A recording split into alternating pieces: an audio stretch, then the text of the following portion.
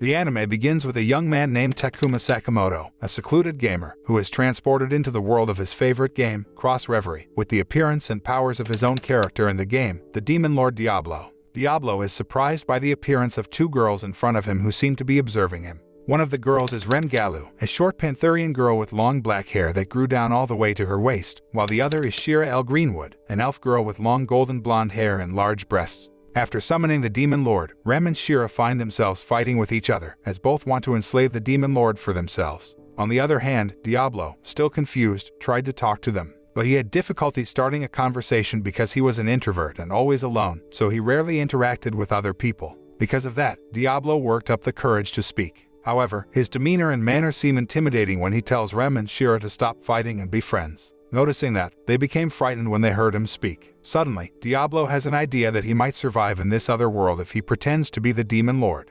Shortly afterward, Diablo used his magic to make Rem and Shira shake hands with a smile to end their bickering. At the same time, they were startled by the sudden appearance of the collar attached to their necks. Diablo, who saw that, looked surprised, but he had no idea why it could happen to them. Soon after, they returned to the city with Diablo walking behind them.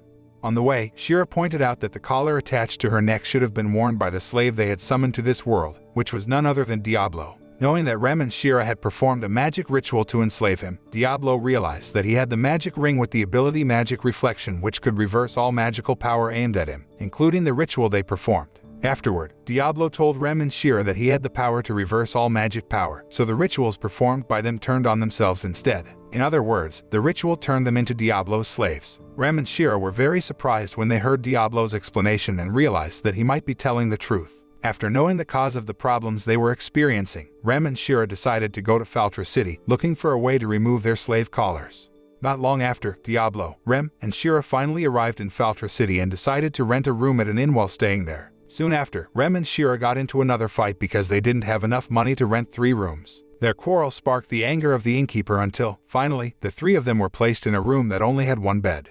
When they entered the room, Diablo, Rem, and Shira were startled by a knock on the door and found a young woman named Celestine Baudelaire, who came to them with her bodyguards. Celestine is the head of the Mage Association in Faltra City and is responsible for the magical barrier around the city. Celestine, who has been keeping an eye on Rem for a long time, intends to interrogate her and her companions regarding the slave collars that were suddenly attached to their necks. Thinking that Celestine might be able to help remove the slave collar on Rem and Shira, Diablo told her about them, who tried to perform a ritual of enslavement against him. And the ritual turned on them. He said he couldn't remove the slave collar from their necks. After that, Diablo asks Celestine about her real reason for meeting them because he assumes that she might be hiding something from Rem's attitude when dealing with her. However, one of Celestine's bodyguards, a man named Galuk, blamed Diablo for asking his superior something in a bad manner. Diablo, who pretended as the Demon Lord, immediately gave off a terrifying aura to intimidate the bodyguard for reprimanding him. Celestine, who saw this, tried to relieve the tension between them and chose to leave that place because she didn't want to cause a commotion.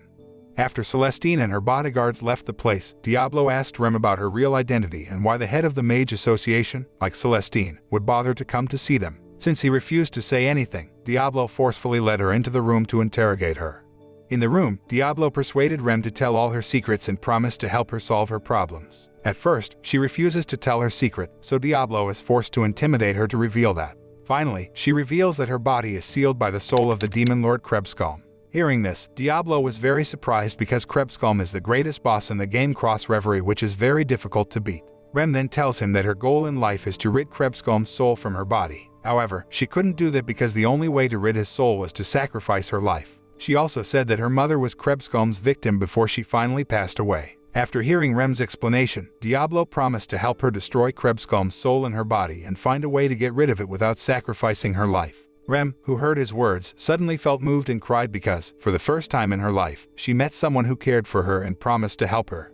In the evening, Diablo, sitting alone outside the inn, was approached by Galuk and several bodyguards from the Mage Association. Galuk, who was still annoyed with him because of what happened this afternoon, tried to attack him by taking out a level 30 salamander monster. Galuk felt confident that Salamander could defeat Diablo, but what happened was just the opposite. The attacks launched by Salamander did not work on Diablo, which revealed that he was at level 150, indicating that he was much stronger than Salamander. Diablo then cast his magic wand and could easily defeat Salamander.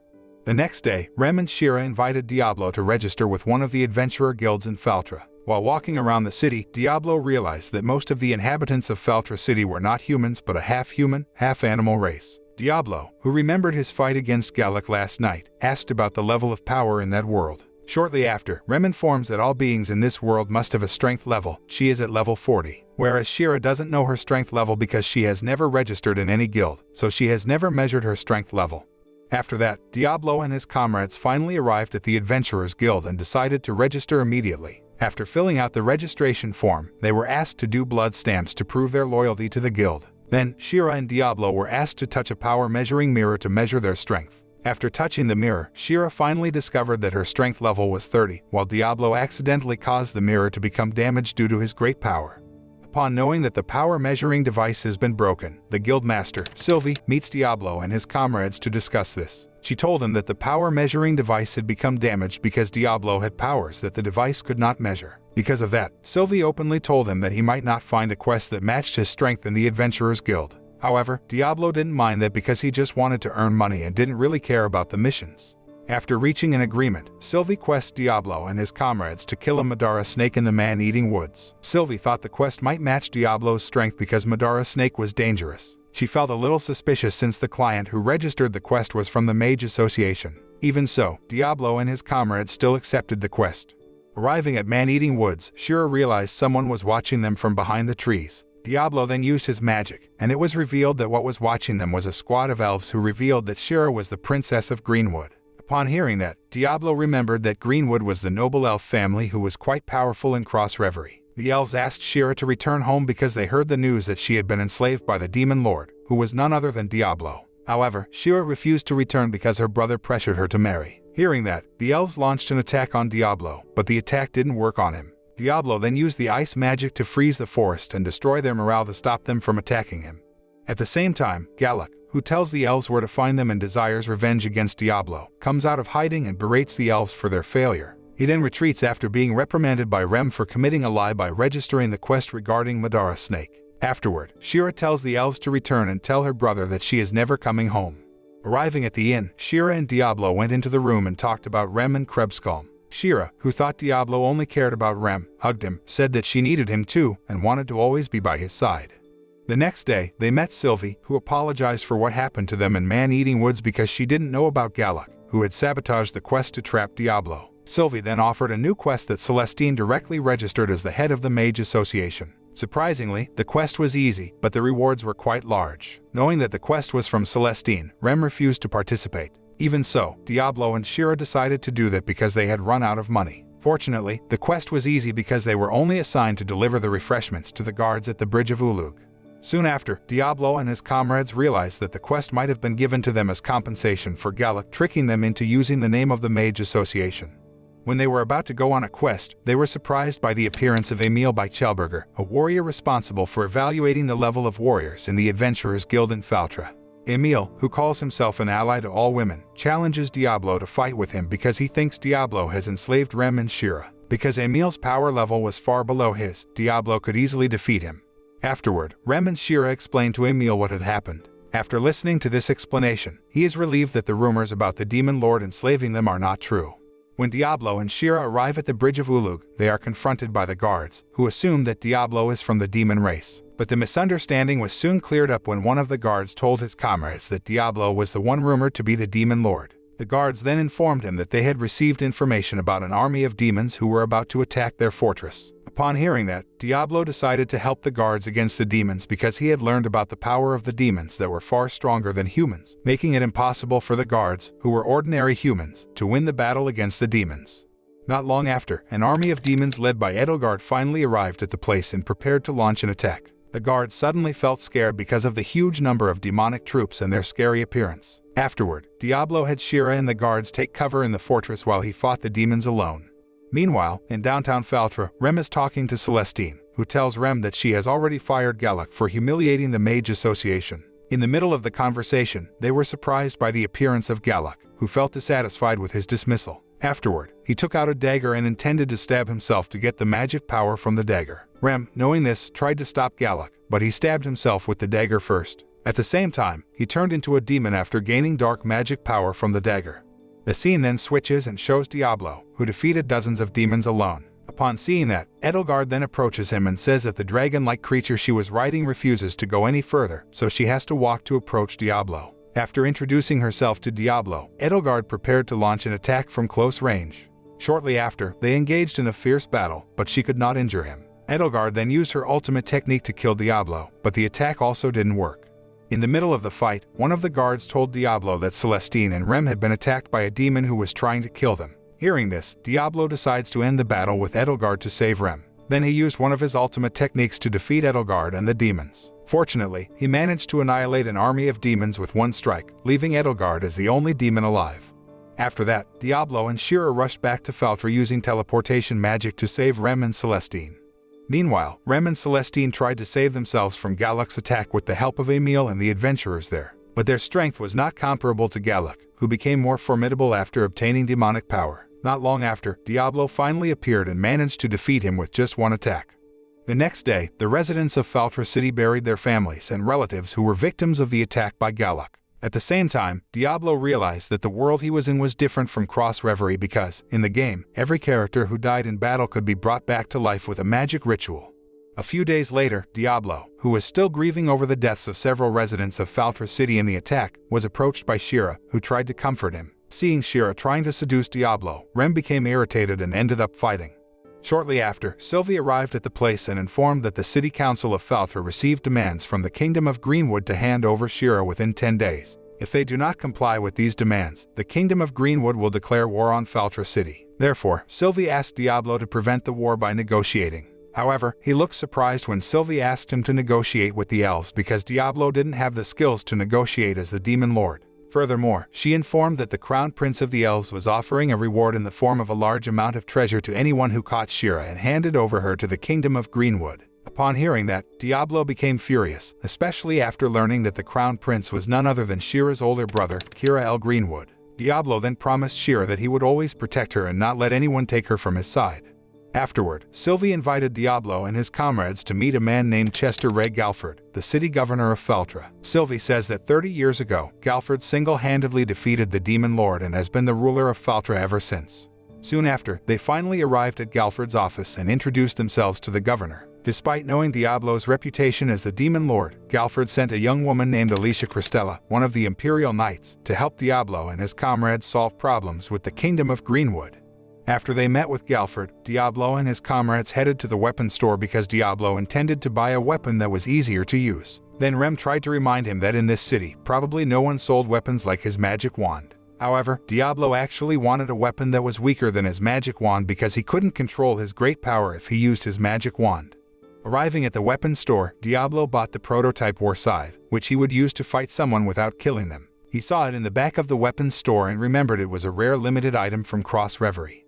On the way home, Diablo and his comrades were suddenly surprised by the appearance of smoke bombs used by the bounty hunters to distract Diablo when they kidnapped Shira. Afterward, he rushed after the kidnappers and finally managed to catch them with Emil's help, who wanted to repay his kindness because Diablo had saved him. Before traveling to the Kingdom of Greenwood, Diablo and his comrades decided to have lunch first. While having lunch, they were approached by Celestine, who gave information about a slave trader, Medios, who was once her colleague in studying magic, for insight on removing Rem and Shira's slave collars. Upon hearing that, Diablo and his comrades rushed to the place mentioned by Celestine to meet Medios. Arriving at the place, they looked surprised because the slaves were treated very well. Suddenly, a woman approached them. She introduced herself as Medios. Afterward, Medios seemed impressed when she saw the tremendous flow of magical power emanating from Diablo's body. Shira did not deny this and revealed that she could see the flow of magical power emanating from his body and felt sure that Diablo was a great mage who might be able to help her. Diablo then explained their purpose of meeting Medios, and she agreed to help them. She explains that a master can remove a collar by pouring their magical energy into their slave's body. Shortly after, Diablo tries it with Shira but gets embarrassed when the process is extremely pleasurable for her. Even though they had tried various methods, their efforts to remove the slave collars were fruitless, so they decided to return to the inn. Suddenly, when Diablo and his comrades are talking in the room, they hear the flute sound. Shira looked surprised when she heard the flute sound because she knew where the sound came from. Not long after, the flute sound gets louder, and it is revealed that the one playing the flute is Kira L. Greenwood, who is none other than Shira's older brother. Shortly after, Kira tried to persuade Shira to return home, but she firmly refused to return to the Kingdom of Greenwood and chose to stay with Diablo. After Shira confirmed that she would not return home, Diablo approached Kira and told him to leave the place. Not wanting to cause a ruckus, Kira decided to leave. That night, when Rem asks whether one day Shira will return home, Shira replies that she wants to stay with Diablo and Rem and go on an adventure with them. She tells Rem about her dream of setting up a cafe where everyone can gather and have fun.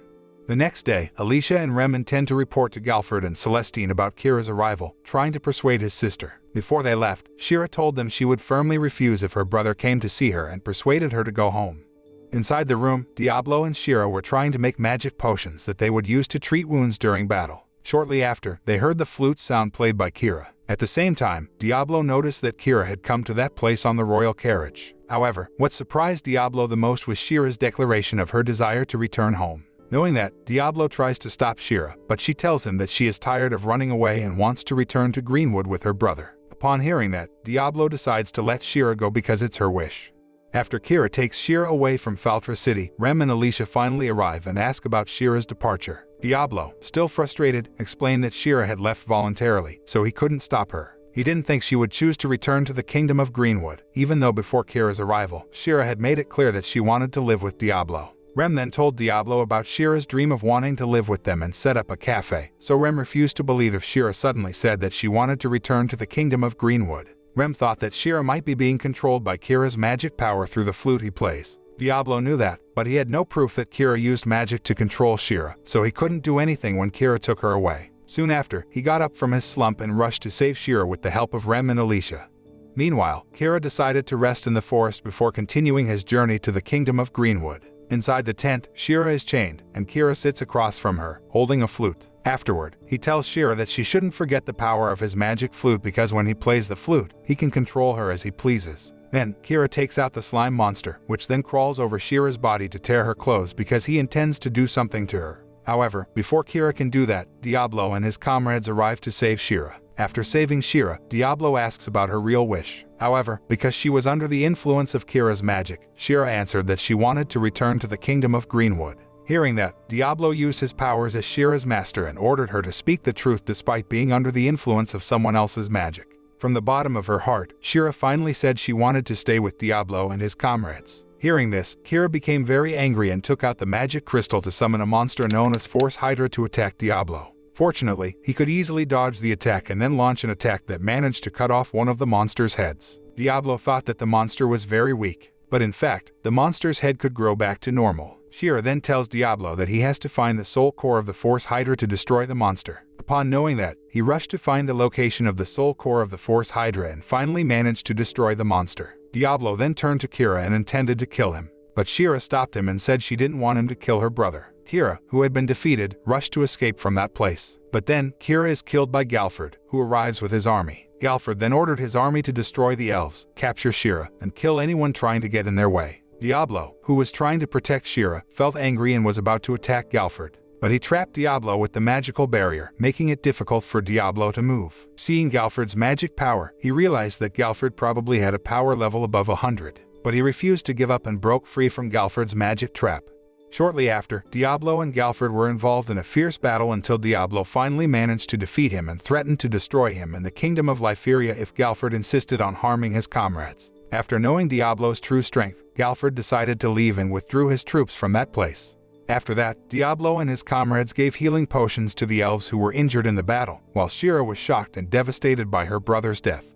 A few days later, Alicia finally arrived at the royal capital and went to the King of Lyferia Kingdom to report the incident involving Kira and Galford. After meeting the king, Alicia, who was about to leave the palace, was approached by a man named Sadler, a paladin who was part of the Lyferia Church. Soon after, Sadler informs Alicia that the High Chief Priest has received a prophecy regarding the Demon Lord's appearance in Faltra City and intends to go to the city to confirm it.